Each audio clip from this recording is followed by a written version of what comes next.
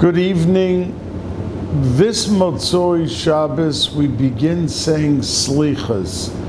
And this year, because Rosh Hashanah is Wednesday night, Thursday, and Thursday night, Friday, the 2 days Rosh Hashanah, the Slichas is the shortest Slichas that could be said. We begin Motzoi Shabbos, that's for Sunday.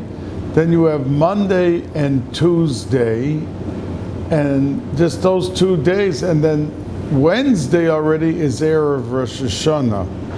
Mekubalim said that even though Shemona Esrei is the Olam Atzilus, that means it's the highest part and the height, the pinnacle, the turret of davening when we daven, but Slichas, because it has so many times Hashem, Hashem, Kel Rachum V'Chanun, that it is in the Olam of Keser, which is higher than Atzilus.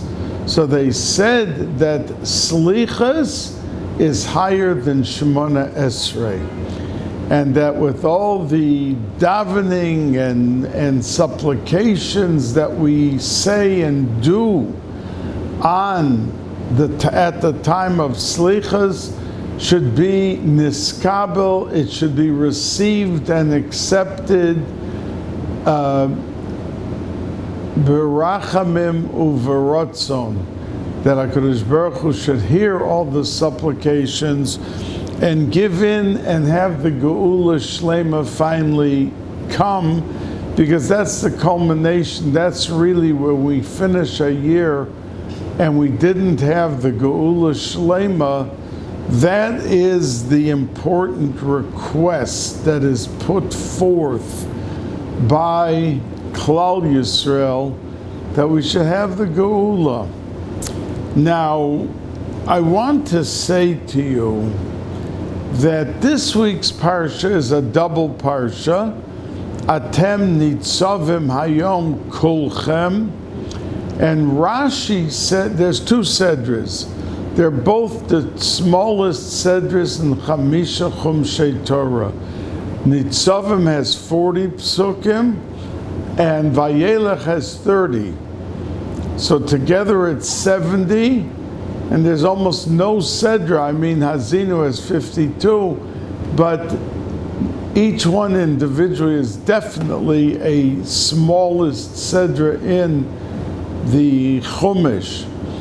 And it begins with Atem Nitzavim Hayom Kulchem. Rashi says, Horiku Pneim, that we just finished in Kisavo, all of the klolas, all of the, that there's two places that we have the Tochacha, one in Vayikra and one in Kisavo and Chumash Devarim. And after Klal Yisrael heard the 98 klolas, Horiku Pneim, they became green, their face. They were in shock. How are we going to ever survive such a plateau of expecting us to do this and to do that? And just take a look at all of the curses. We'll never survive it. So the Chazal say, the Medrash says, and that's what Rashi is quoting from, that Moshe Rabbeinu said to them, listen, you did a lot of things that you lost lives, that were problems for Klal Yisrael, but Atem Nitzavim Hayom Kulchem, you survived it. So with all the problems and all of the issues that came up in the Midbar, and then people died in the Magefa, and with everything, as a Klal Yisrael, you're surviving, and you stand here today. Now, the Chidos says that the Chazal really it was 100 klolas, that there were 98 open, and the last two that we mention, and the pasuk says choila and makkah, are really part of the Tochacha, and there were 100, not 98. So why was it given in a way that it's almost like a mystery? And the Meforshim explain that the main goal of the entire Tochacha was to put the fear of HaKadosh Baruch Hu into each and every Yid. So then they ask, if that was the goal, why did Moshe Rabbeinu come with a consolation? You're so scared. Don't be so scared. You survived it, and it's not the end of the world. So he watered down, he diluted the whole purpose of the Tochacha by telling them that not to be so scared. So the Meforshim explain that there's a difference between fear and hopelessness. That means a Yid has to live with fear. And Ivdu es Hashem b'yira, that there's Ivdu es Hashem b'simcha, but there's Ivdu es Hashem b'yira. That there's such a thing that we as human beings could back into a comfort zone and become very comfortable and happy with how we're living and what we're doing.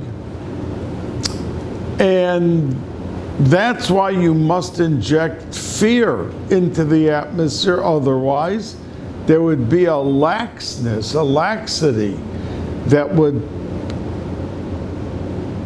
encompass Klal Yisrael in their lifetime as they're living their lives and doing mitzvahs, and as human beings from time to time in Aveira, whatever was happening. But the reason that the last two came cloaked, that it's not a clear klala, but we do reckon, and the Chidah talks about this, is because the first 98 was a safeguard that there should be fear. But the last two left open the message and the cementing factor of Klal Yisrael that they should never, ever, ever become hopeless. And Yidden throughout the history of our nation as a Klal Yisrael, I mean, we were subjected to the worst torture, the worst everything that a nation could experience, yet we never lost our hope. And that, says the Chidah, the reason that it wasn't said openly, but it just mentions a word, choyle, it mentions makkah, so that we would be able to have as a cementing fact, as a part etched into our personality, the ability under the gun in the most severe of situations to be able to maintain the posture of hope. And that would never ever be lost, and that's how we survived as a people. Moshe Rabbeinu, as it says in the Gemara, that when he saw the reaction of the people of the Tochacha, he instituted that there should be 100 brachas said every day. And the people, after he did that, got lax and were not so careful with the 100 brachas. So David HaMelech came and reinstituted with a strength the inyan of 100 brachas, and that gives us, say the Mekubalim, the power of blowing shofar Rosh Hashanah, which gives us 100 different sounds that are produced from all the blowing, the longer sounds, the shorter sounds, that's where it came from, because Moshe Rabbeinu made a yesod. He made a foundation that Klal Yisrael could thrive from, because we know that the shofar is the biggest antidote and it's the most powerful grenade. Because don't forget, Rosh Hashanah is a Yom Hadin. And it's the hardest day really to do a balancing act. Because on one hand, it's a Yom Hadin. So if a person's going to judgment, he's going to be very serious and very concerned. And on the other hand, it's a Yom Tiv. We make Kiddush and we have a Seudah, and we sing Zmiris. So all of these things that we do as part of Rosh Hashanah is a balancing act. On one hand, you're supposed to have a seriousness because it's a Yom Hadid, a day of judgment. Yom Kippur is not a day of judgment. Yom Kippur is a day that we wipe the slate clean, and that Yidden are participating in a day of cleansing, and the Sfarim call it a day of chesed. Because after everything that we did and we do during a year, that you come in and Hashem is bending over backwards to be able to have you go out from Yom Kippur with the cleansing process having succeeded, and that Yidden are able to go home Motzoi Yom Kippur and make a Suda. That means many people after a fast, they will take a tea with a piece of cake or something, but not Motzoi Yom Kippur. Motzoi Yom Kippur, you're supposed to wash, you're supposed to have a full Suda, you're supposed to have Neiros on the table. And a person should push himself, even if he says, well, I fasted, I'm not in the mood of a Suda. But there's a very big inyan, because the 4 days between Yom Kippur and Sukkot is connected the Shem Havaya. But every day is a Yud, a K, a Vav K. But Motzoi Yom Kippur is the Kutzah Shel Yud. It's the Olam HaKeser, higher than the Yud K, Vav K. That's the Motzoi Yom Kippur. So they ask, how could a person go home and make a Suda and sing Zmiris? How does he know that he ended up having a clean slate and that he was Zoicha for the year to be a good year? Maybe he should be concerned and continue crying, continue saying Tillim. Why does he go home so happy? He doesn't know what happened in Shemayim, his decree. But the Sfarim say that we are ma'aminim b'nei ma'aminim, that HaKadosh Baruch Hu maybe is not happy with the individual, but he's very happy with the tzibur, with the klal, and that an individual has a right to feel that he is part of Klal Yisrael, and he is nichlal, he is encompassed, he's part of the whole Klal Yisrael that HaKadosh Baruch Hu is happy with and is looking forward to giving him a very good year. Now the Gemara says that even though David HaMelech came and reinstated with a powerful decree about the 100 brachas, because Moshe Rabbeinu did it not just for the schus, he did it as an antidote to the 100 klolas that were then put into the world and said by HaKadosh Baruch Hu. But still, after David, it weakened. And the ones who really put it into the cement, into the mahus, to the character of Klal Yisrael, were the Amoraim, who came 1,300 years after David HaMelech, and they put it in and etched it into our neshamas, and today every person ends up saying 100 brachas. because that is a powerful antidote, just like Shofar on Rosh Hashanah. When all the Mekatrigim stand up and say before HaKadosh Baruch Hu, before the Kisei HaKavod, that why are these people expecting and asking for a year as if they did nothing wrong? Look at their whole bushel baskets of Averis. So there's a fighting force to get us a bad year, Chas v'Sholom. But it's the Tekiyah Shofar that comes like a grenade and is thrown at all of the Mekatrigim, and they're wiped out.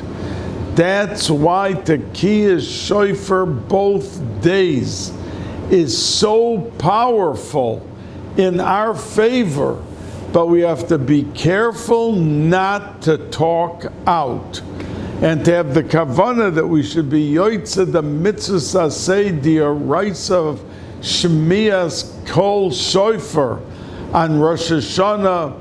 And for those who daven Sfard, there's Tekiyah Shofar during the quiet Shema, the loud Shemoneh Esrei and the quiet Shemoneh Esrei. By Ashkenaz, they do not blow Shofar in the middle of the Shemoneh Esrei, only by the loud Shemoneh Esrei. And the number comes out 100 either way how they do it. But the point being that Tekiyah Shofar is such a schus. So you'll wonder if Rosh Hashanah comes out Shabbos and there's no Tekiyah Shofar, what does Klal Yisrael do as an antidote against all of the Mekatrigim and the evil forces? So the answer is, this year, Baruch Hashem, Rosh Hashanah is not on Shabbos. We have Rosh Hashanah Thursday, Friday, and then Shabbos Shuvah is the day right after Rosh Hashanah. But in a year when Rosh Hashanah comes out on Shabbos, it's the Shabbos that steps in and serves as the antidote. And that's the same thing for the first day of Sukkot, because whatever the first day,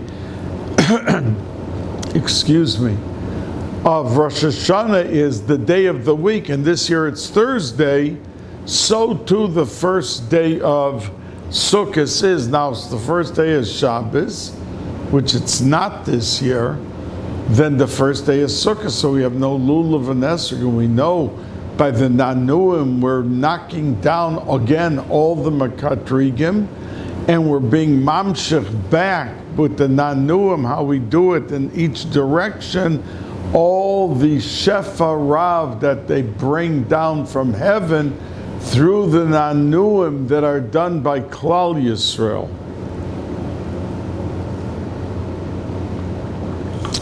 So there was a tremendous power of the Amoraim that they saw there was a problem, that Moshe Rabbeinu instituted it, and there was a weakening, and then there was David HaMelech, and again a weakening. So the Amoraim came and they put it into cement, and it's in the bones and the daily activity of each and every Yid as we go through our days. But remember what the Chidah said, that there's one thing called fear and there's one thing called hope. And the 98 were to scare the daylights out of them, and it effectively did so. But the hope is from the last two that are not considered openly part of the Tochacha, and that Yidden should have the schus of always having hope in any situation. Now there is a very famous question asked, why are Yidden called Yehudim?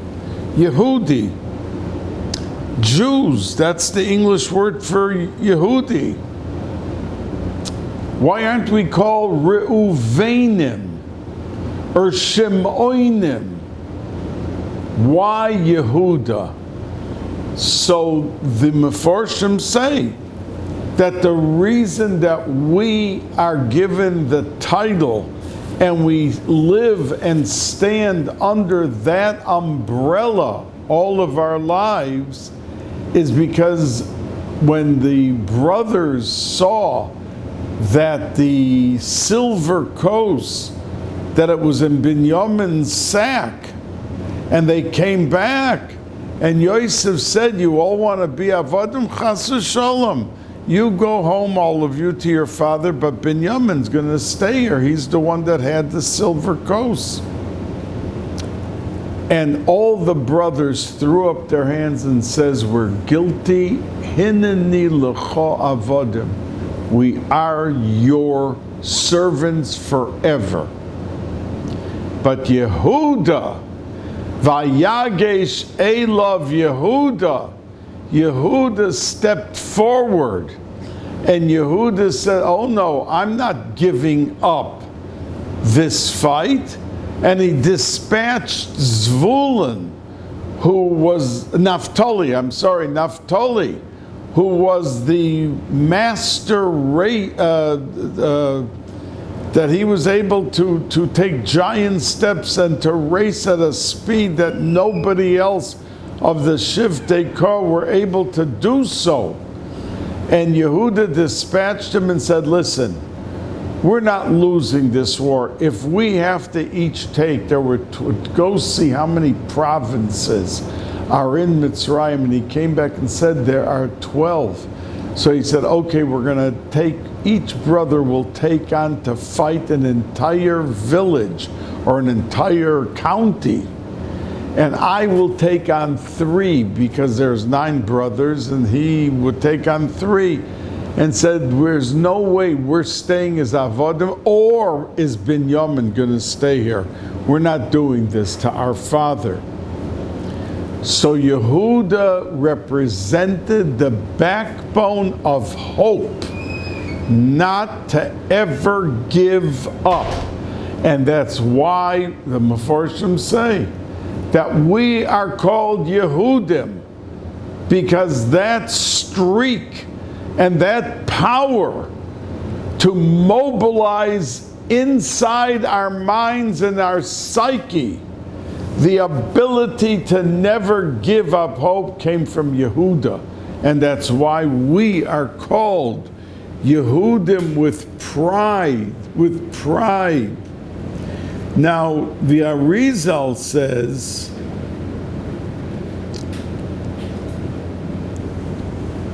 that, and by the way, the vort that I told you, the Kli Yakar says the exact same thing, that the 2 were not listed as part of the 98, and that we call it 100, was so that it should remain forever vague, and that a Yid should be able to never lose his hope, even when the situation is very vague, and we have questions, and we can't imagine why this is happening. But because of that, it remained vague to give the power to the hopeless and those to reinforce that they should never remain hopeless and live with the Amunah of HaKadosh Baruch Hu. Now, we know that in the Tekiyah Shofar, and by the way, next week, Be'ezus Hashem, I'm speaking really this week, since it's Slichas Motzoi Shabbos and it's Parshas Nitzavim-Vayelech, but next week we have the 2 days of Rosh Hashanah, and we have Parshas then Hazinu, which comes the day after Rosh Hashanah. So I hope, Be'ezus Hashem, Sunday or Monday to say another video which will focus even more on Rosh Hashanah, and then talk also about Shabbos Shuvah and Parshas Hazinu. Now, we know that the mother of Sisera, when her son was coming back late from the war, she got scared. And she cried 100 tears because she thought he was killed. And others say she cried the tears to save him. And because of that, all the Mekubolim, the Arizal, everyone says that's the reason we have 100 kolos on Rosh Hashanah. Now, it would seem very strange, because why in the world would we pick up from a goy? Sisera was a goy, and his mother was a goyke. And because she cried, we should on Rosh Hashanah for all these thousands of years blow shofar keneged that?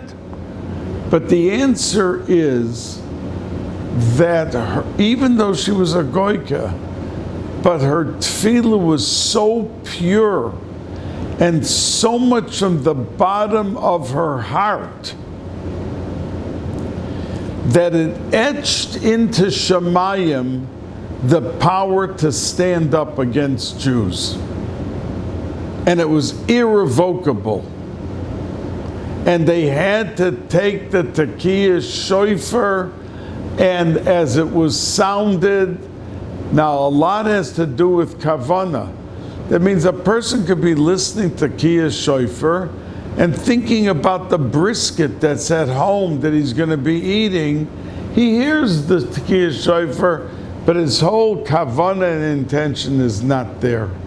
A yid, when he's listening to Tekiah shofar, has to be thinking about the nachas ruach HaKadosh Baruch Hu, that we're being makayim a mitzvah saseh d'oraisa, and each of them, the Tekiyas and the Shvarim and the Teruah, address different things. Some is to be mamshech on Klal Yisrael, the Chesed v'Rachamim, and that in this day of din that we should be succeeding. Others is to be mevatel the bad. I mean, it's put together that we should have the kavanah to receive it in the full force and in the fullest sense, and that it should be totally effective. Now, the Arizal says that the first day of Rosh Hashanah is Keneged Leah, and the second day is Keneged Rachel. Now, remember, Rosh Hashanah has nothing to do with Sveika Diyoima. That means even in Eretz Yisrael, that if you go to Eretz Yisrael, there's one, unless you're staying there shortly or your family didn't come with you, there's halachas that people have to keep in Eretz Yisrael 2 days if they're just visiting. But for a person who lives his whole life in Eretz Yisrael, Sukkot is 1 day, Pesach in the beginning is 1 day, and Shavuos is 1 day, but not Rosh Hashanah. Rosh Hashanah, the Gemara calls a Yom Arichta. It is 2 aspects of what the day represents and what it can be mashpia. So the Arizal says that the first day is really Keneged all the Ruchnius of the year, and it's Keneged Leah, and that the second day is Keneged Gashmias, but by most Yidden, their Gashmias is Ruchnius. When a Yid makes $100,000 a year and comes home with $70,000 salary, and he takes off 15,000 or 20,000 of it to pay tuition, that's not Gashmias, that's pure Ruchnias. But the Arizal says that it's Keneged Rachel. Now, I once mentioned to you that Yaakov Avinu wanted to first marry Rachel, but he ended up marrying Leah, because min hashamayim that had to be. Because Leah is Keneged Bina, and Rachel is Keneged Malchus, where all the brachas and shefa from all the Chesed, Gevura, the Teferes, everything funnels through and comes to this world and to Klal Yisrael. So he wanted first to marry Rachel because he felt that's where the essence of this world survives from and lives from. But it couldn't come before Leah, who is Bina, and that's why it worked the trickery of Lavan, and that he had to marry Leah first and then Rachel. And that's why he was buried, Yaakov Avinu, with Leah, because that was the essence. She was bigger, she was in a higher level, Leah. So on Rosh Hashanah, though, we evoke from both of them the strength of winning the war of the Midas Hadin that's in the atmosphere for Klal Yisrael on Rosh Hashanah, and we pull down and bring the koyach of Leah and the koyach of Rachel. Now, there is a famous question, why so much centrality is Chana? You know that Chana did not have any children, and she used to come to the Bais Hamikdash and pour out her heart, and finally she gave birth to a son, Shmuel HaNavi, and he was a shofet, the 15th and the final shofet, but he was also a Navi, and he lived 52 years. And Chana is like a central theme. I mean, we read the first day, the Haftorah about Chana, and we know that it's a tremendous segula for somebody who needs children, or some say shidduchim, some say it's mafter yoina the shidduchim, but it's a very big backbone of what can be accomplished on Rosh Hashanah. And that's why many people who have no children, they buy and they go up in their oila to maftir on Rosh Hashanah. But why don't we evoke Sarah Imenu? We hardly talk about Sarah Imenu. Okay, we do Lane, B'Hashem Pokad is Sarah Kasher Omar, but Chana seems to be more the backbone. And the answer the Meforshim say is what we spoke about just a few minutes ago, that she was the one who represented never to give up hope. And a Yid through every day of his life could easily give up. I'm banging my head on the wall, I'm trying this, I'm trying that. Whether it's businesses with Parnasa, whether it's having children.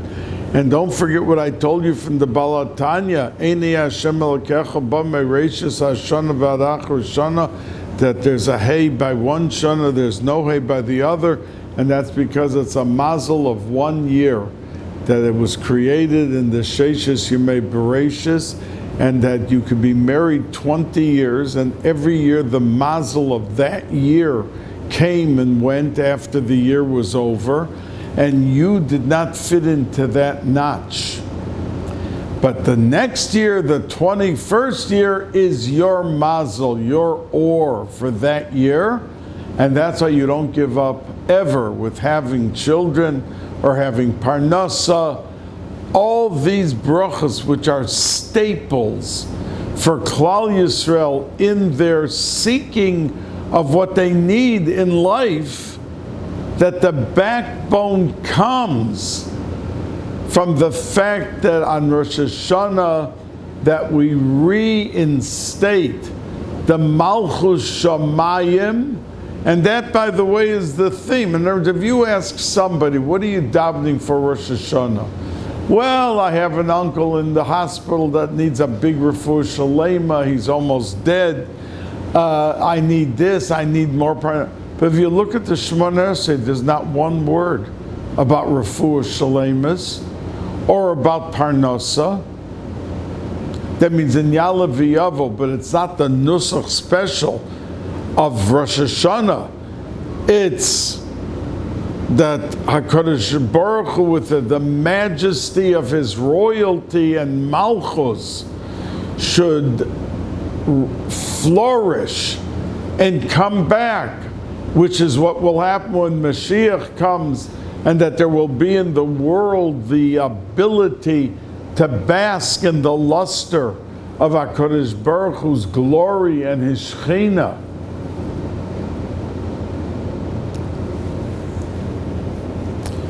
But Chana is mentioned so much and a central theme because it says that when she came into the Bais Hamikdash and she davened, and we learn up our Shemona Esrei from Chana, that you have to say it quietly. Eli HaKohen thought she was drunk, that she was whispering something. In those days, everyone said everything out loud.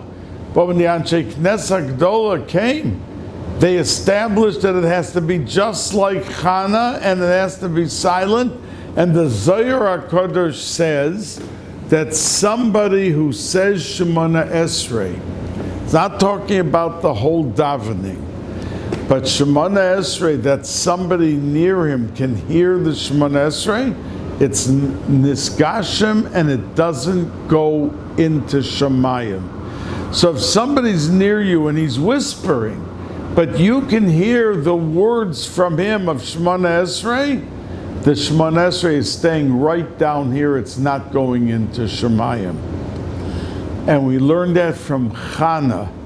And in her tefillah in the Bais Hamikdash, she said HaKadosh Baruch Hu's name 9 times.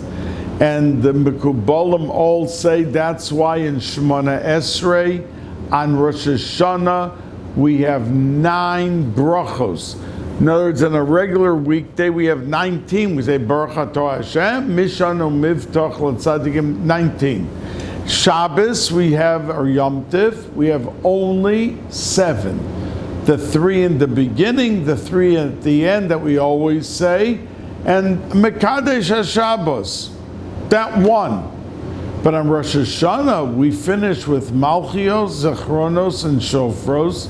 And by the way, Yom Kippur, of course, we never say it, except when Yom Kippur is in a Yovel year, then they used to blow shofar and say all the Malchios, Zechronos, and Shofros in the Musaf Shemona Esrei, just like on Rosh Hashanah. But in the other 49 years, they never said Malchios, Zechronos, or Shofros in the Yom Kippur Shemona Esrei.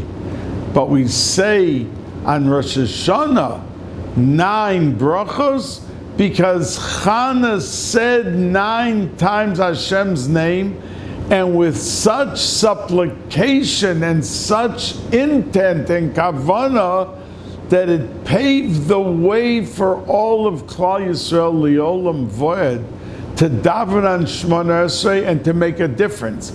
Now, a person has to push themselves a little bit because the Rishus is by the Satan, to put into his head machshavas that while you're in the middle of Shemona Esrei, you're dreaming about the dresses that you're going to be wearing for Yontif, or about this or about that, that these kavanas are to drag you out of the oilam atzilas.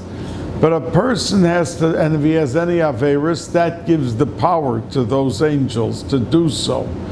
But a person has to push himself on with a little bit of effort. He can focus on the Shemona Esrei, and Chana paved the way for everyone with a Yiddish neshama to be able, with a little effort, to really delve into the Olam Atzilus and to have HaKadosh Baruch Hu listen and respond to the Yid and their Shemona Esrei and the things that we're asking for.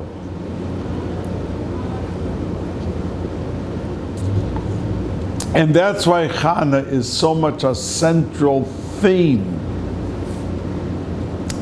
that we talk about.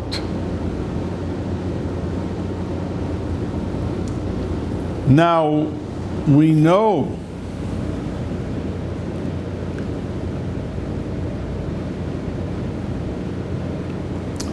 that Chana had a sister, Penina, and Penina used to tell her off, the Gemara says. And she did it l'shem shamayim, because she felt that Chana was a little bit lacking in the amount of tefillah that she was offering to have a baby. So she used to say that, look, I have 10 children, you don't have children yet, and it got her to cry, and she ended up davening more and more and more, but she would say these things to her. Penina would say it to her to get her, and the Gemara says beferish that it was L'Shem Shemayim, that she wasn't doing it to hurt her feelings. But at the end of the story, Penina lost all 10 children. And the Gemara said, Lo Aleinu, Lo Aleinu, and the Gemara says, why? Because when you hurt a person who is davening with a broken heart, and you mean well, you want to push them to daven more, so your kavanah is good. With the best kavanah, you bring someone that has a broken heart to tears, you pay a price. And every one of her children, Lo Aleinu, Lo Aleichem, died in her lifetime because she brought Chana to tears. So we have to be very careful.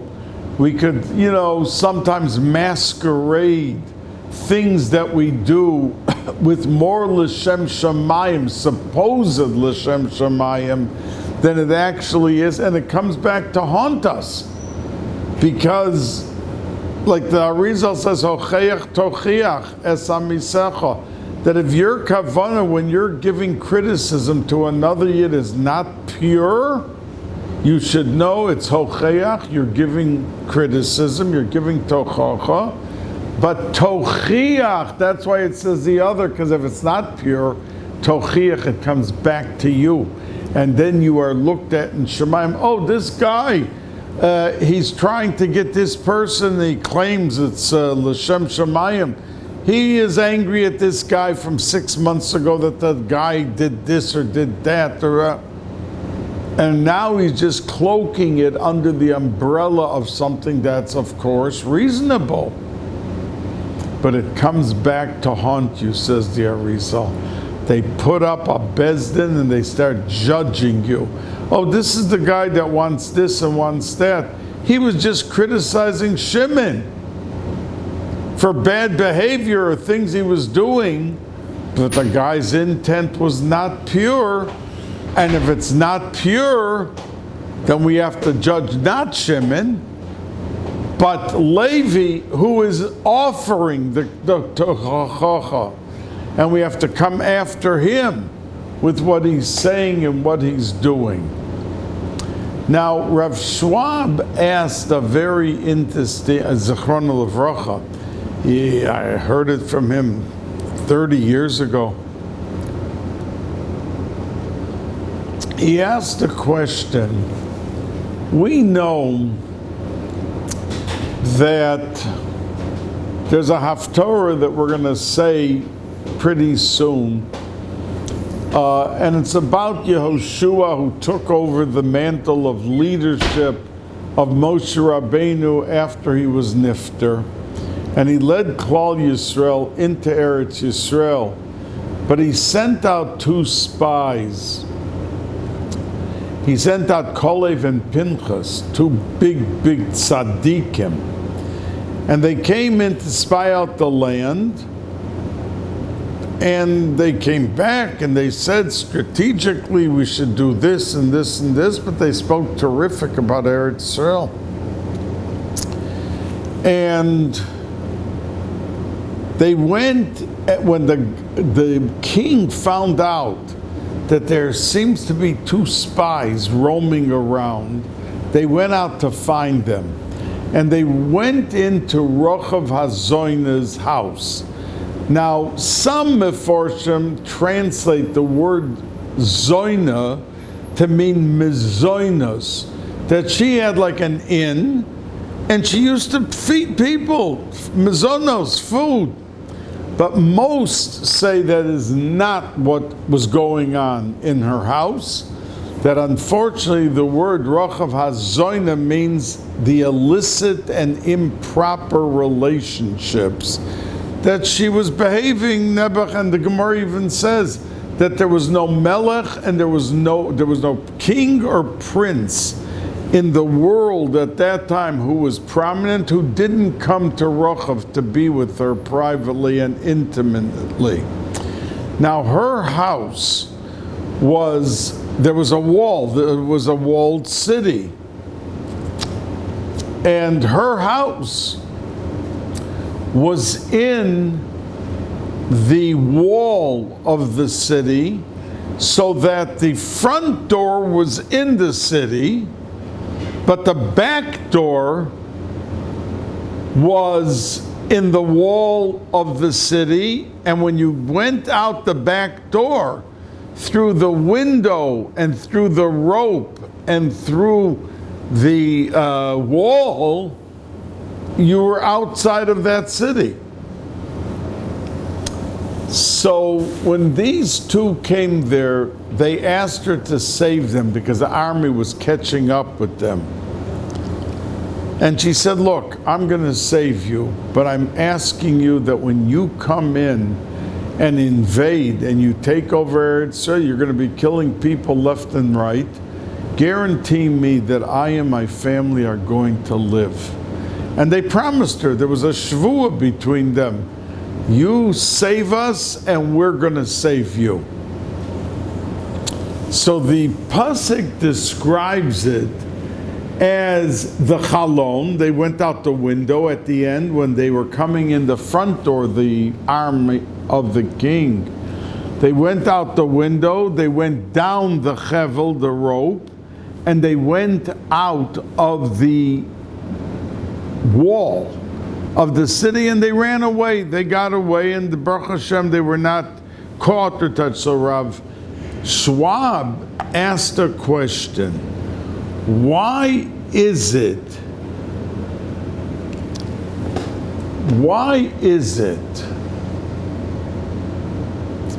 that people were coming through the wall and they had to climb up a rope, even the kings that came, and they had to go into the window? The whole world knew what was going on in that house. So why didn't they just walk in through the front door? So Rav Schwab answered and said, because even in that generation, and even with what was going on in the house, there was a certain edelkeit that remained with them, that they didn't want publicly to announce to the world that they're doing such a thing. There was still a drop, an iota of shamefulness and of embarrassment that over there, and you should know that Rochav ended up doing tshuva. She ended up, when they invaded, Klal Yisrael invaded, marrying, because of her tshuva, she married Yehoshua. And the Gemara says that from her, she only had 2 daughters, no sons. But from her came out that were 8 kohanim gedolim from Rochav. The power of doing tshuva for somebody for 50 years, it says, was busy doing averis, and then she came to the threshold of tshuva, and she was able to reform and to transpose not only her whole life, but she was Yehoshua. Do we have to say more about Yehoshua, who he was? That's who he chose for a shidduch. He knew who she was, but the answer is that she had the tshuka and the emiskite. See, the word emes is a very important word. We live half of our lives fooling ourselves. We think that, a guy has a shtreimel in Payas, he must be a tzaddik gomer. But if the guy is really honest, he would say to you, I try to do mitzvahs and I do this, I do that, but I'm far from the tzaddik gomer. My davening is not davening as the way it should be. And the Chavetz Chaim, somebody asked the Chavetz Chaim why he was a sandik, and it says that the segula for sandikos is ashiris. It's like being mocked to the Ketores. So somebody came to Rabbi Akiva Eger and he said to him, and it was by the Chofetz Chaim also, that why, if I've been sandik so many times, am I still an oni meduka? So he answered and said, the Rabbi Akiva answered, you've got to be a sandik ma'umid and a sandik miyushav. There's two sandikos at a bris. There's the person sitting who's holding the baby, that's a sandik. But there's somebody after the bris who holds the baby while the other person's giving the name to the baby. So the Rabbi Akiva Eger said, if you're both, that's the segula for Ashiris. But the Chofetz Chaim said that you're busy skipping davening. Davening has in it the tremendous quality of being able to give over to each and every person tremendous hashpah. Now we have, let's say a person comes in late to davening, so he could say Baruch She'amar and Ashrei and Yishtabach. And then after Yishtabach, you're not allowed to skip no matter what, even if you miss Shmona Esrei. But the Chofetz Chaim said, but you're not allowed to do it every day or once a week. And make it, this is a heter for once a year, for twice a year. And the shefa that comes down through davening, you're cutting off. So that's why you don't have parnasa. That's what the Chofetz Chaim answered this person. So we on Rosh Hashanah have to learn from Rachav Taka, from such a person. And you see that they accepted it because look, she ended up marrying Yehoshua, and she had Kohanim Gedolim. And I want to conclude with a famous kasha that is asked. I may conclude with two more things. And the first thing is, there's a kasha, why do we not have Yom Kippur before Rosh Hashanah? That means on Rosh Hashanah we're being judged. Wouldn't you rather be judged after you've been cleansed and you fasted and you got rid of all the bushel baskets of Averis? That's Yom Kippur. So why don't we have, Kadmonim asked this question, why don't we have Yom Kippur first so that we come in to ask for a Shana Tova Mesuka? We ask after we've been cleansed and we went through a Yom Kippur of the fasting and everything else. And they answer and say, because if we did that, the person would lack in the level of begging on Rosh Hashanah for a good year. Because he'd feel, listen, I did tshuva already. I got rid of my Averis, so why shouldn't Hashem give me a good year now? But if we come in and we're still with all the mud and with everything on us, and we do tshuva, an emissary tshuva that brings us to a level that we will make the new year better, not go through 60 or 80 or even 100 years, that we talk a lot and we're makabel a lot on Rosh Hashanah, but then we come to the next year Rosh Hashanah and very little changed. We said we're going to learn more, we're going to do chesed more. I'm not going to, there's people that die with 10 million in the bank. What do they need the 10 million in the bank? Security. If they had 500,000, they're secure also, or $1 million. That tzedakah could help a person so much. Why wouldn't he take advantage of the schus? Now, Rizal says that if somebody walks up to you and asks for tzedakah, it's a siman that you must have turned him down once for tzedakah, maybe 100 years before, and you have to come down. That it's blocking you in Shemayim for Shleimus and Gan Eden. And you're sent back down and you meet the guy again. So I tell even my students, carry nickels, carry a quarter. If you can't give out 10 $1 bills, you're stuck, because it's only the Yetzer Hara. Because if you went into a restaurant and you saw a delicious Danish and it was $4, you'd pay the $4. So for that, you're ready to jump and to do. But when 3 people meet, I already gave out $3. I mean, how much am I supposed to get? That's the Yetzer Hara talking. Because HaKadosh Baruch Hu promised, you're not allowed to test HaKadosh Baruch Hu. But there's one exception, and it's an Issur D'Oraisa. Lo Sanasun, you're not allowed to test HaKadosh Baruch Hu and say, well, look, I put on tefillin every day. Now HaKadosh Baruch Hu, I need you, so let's see what you're going to do for me. That's called testing HaKadosh Baruch Hu, and it's an Issur D'Oraisa. But if a person comes in and he gives tzedakah, HaKadosh Baruch Hu, not only you're allowed to test, he begs you to test him. Uvechanuni no bezos, HaKadosh Baruch Hu says, you give lots of tzedakah, oh, you think you're losing out on money? Test me. I'm begging you to test me. You'll see what ends up coming out.